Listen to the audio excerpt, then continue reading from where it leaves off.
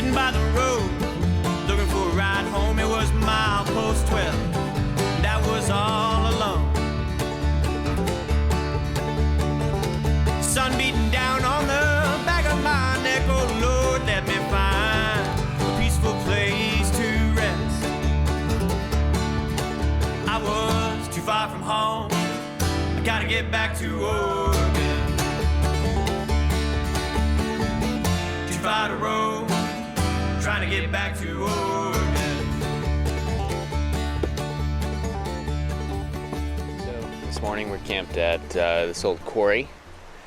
It's near Oak Ridge, Oregon, and we found it last night. Kind of getting towards the end of the day. We had a little bit of a longer day yesterday.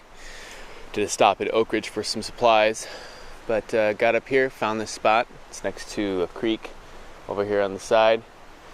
There's this kind of random and mysterious road that keeps going up here, a lot less traveled than the one it took to even get up here. So maybe we'll go check that out today if we have the time. Andrew was tapping out the air filter earlier, making sure that it doesn't get too dusty. Good to go. Good to go? Good to go. How dusty was it? Very dusty. Yeah, I would imagine with the roads the last couple of days. Thanks for doing that. How did you sleep, Jeff? Decently. It was a nice warm night, so pretty well. I found a tick on me in the middle of last night. A tick? Yeah. Ooh. Yeah, like I thought I saw something, I felt something crawling on my back when I was like falling asleep. And I just thought it was like my shirt brushing against me weird. I like brushed away a few times but never felt anything, so didn't think of anything of it. And then fell asleep for maybe like an hour or so, and I all of a sudden felt like that sharp like pain into my shoulder. And I grabbed back there, just ripped a tick out, and that was that.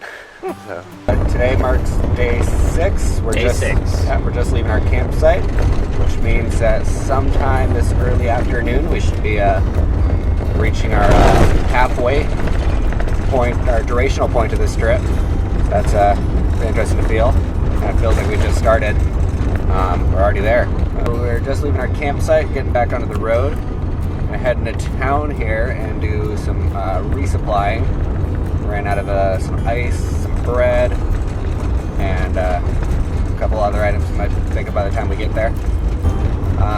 Today's route is still kind of being determined. Apparently we're going to be camping tonight at a kind of a thin strip of land between two adjacent lakes. So that'll be cool to see. And last night we found a hot spring, a much more secluded one.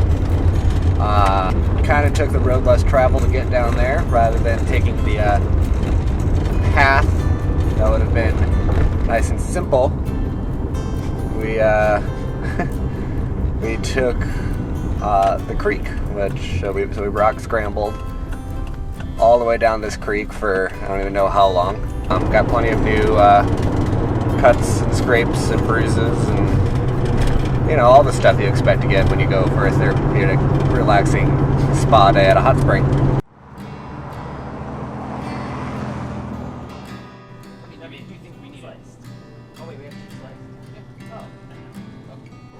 Ooh, more gummy bears. Unnecessary purchase. I'm kind of tempted. We might want those gummy bears still. Assorted melons. Like an assorted melon. Fuel, and then out of town? Yep, gas and go.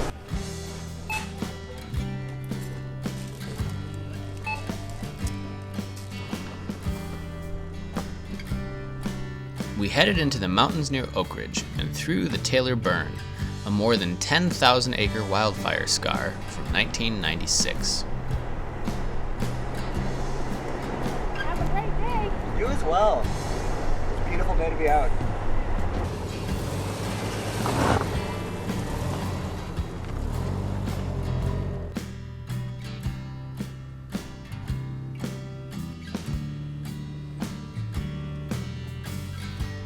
The road is rutted and very eroded, proving to be the most challenging section of the trail so far for us.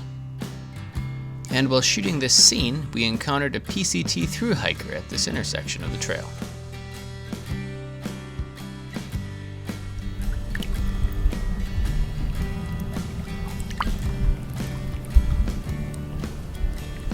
Our camp for the night was in between two lakes in the high country of the Deschutes National Forest.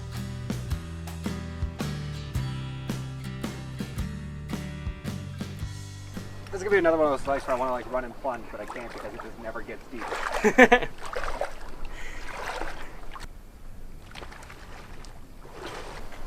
How do you feel today, Andrew? Today went well. It was a fun trail in. We got to camp super early, mid-afternoon. So we've just been hanging out, throwing axes into wood logs, cooking dinner, hanging out by the lake. It's a beautiful spot. Yeah, not the most strenuous day we've had. How was the road coming in? The road was fun. It was a bit rough. I'd say it's the roughest road we've driven on this trip. Maybe the roughest road we drive. The Forester handled it like a champ. Ranger also did very well. No need for the max tracks, unfortunately. Kind of looking forward to getting those out, but Maybe tomorrow. Tomorrow we may use them. okay, so maybe tomorrow. Today was a success. It was a good adventure day.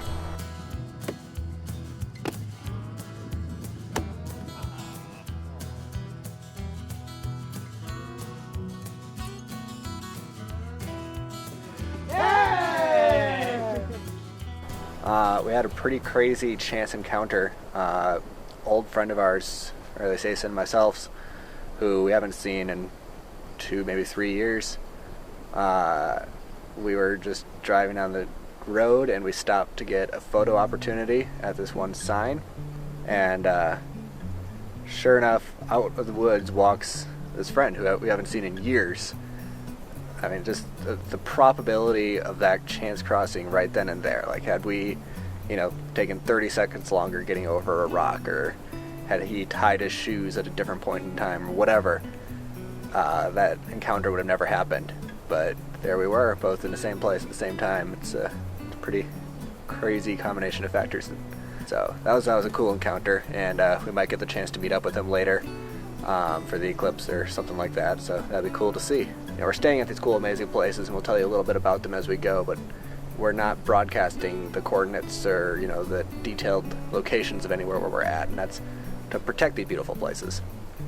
There's a phrase that gets thrown around a lot in the recreation or in the land management world of loving it to death, and that's something that's kind of happened with a lot of our national and state parks. Is these amazing locations, and we all love to see them, and we want people to be outside seeing these places, but if too many people go to that one place, suddenly the kind of sanctity of that place gets destroyed. No good comes from crowds. So what instead we're trying to encourage with this adventure is to get outside and just explore your own trail.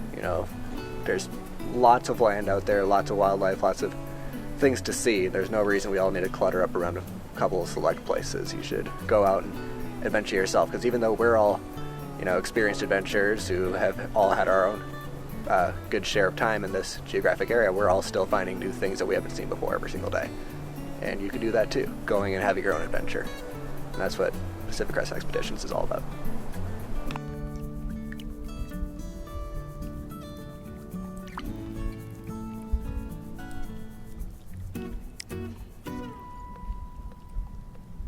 So we're halfway through the expedition. What have been some highlights so far for you guys? It's weird to call it a highlight, but the fact that absolutely nothing has gone the way it was supposed to. We're here on the eve of day 6 now, and this is the first time we've actually been at the site that we meant to be at. It's been kind of fun to look at our route that we're actually following according to satellite versus the route that we had planned, and almost none of it lines up. So that's been really cool for me. It's a thing that I feel is the more you plan something, the more it's not going to work. And we put a fair amount of planning into this, but it's just kind of done its own thing, and the trip's kind of become an entity on its own. And we've seen a lot of cool things that we never thought we would have seen otherwise. It's just nice to get away from the hustle and bustle of 24/7 non-stop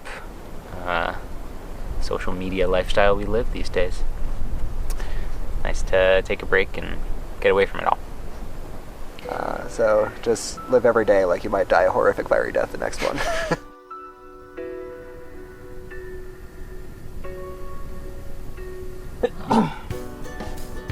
We sat and enjoyed the sunset, content to let the darkness envelop us. It was hard to believe that our expedition was already halfway done, and some of the best parts were yet to come.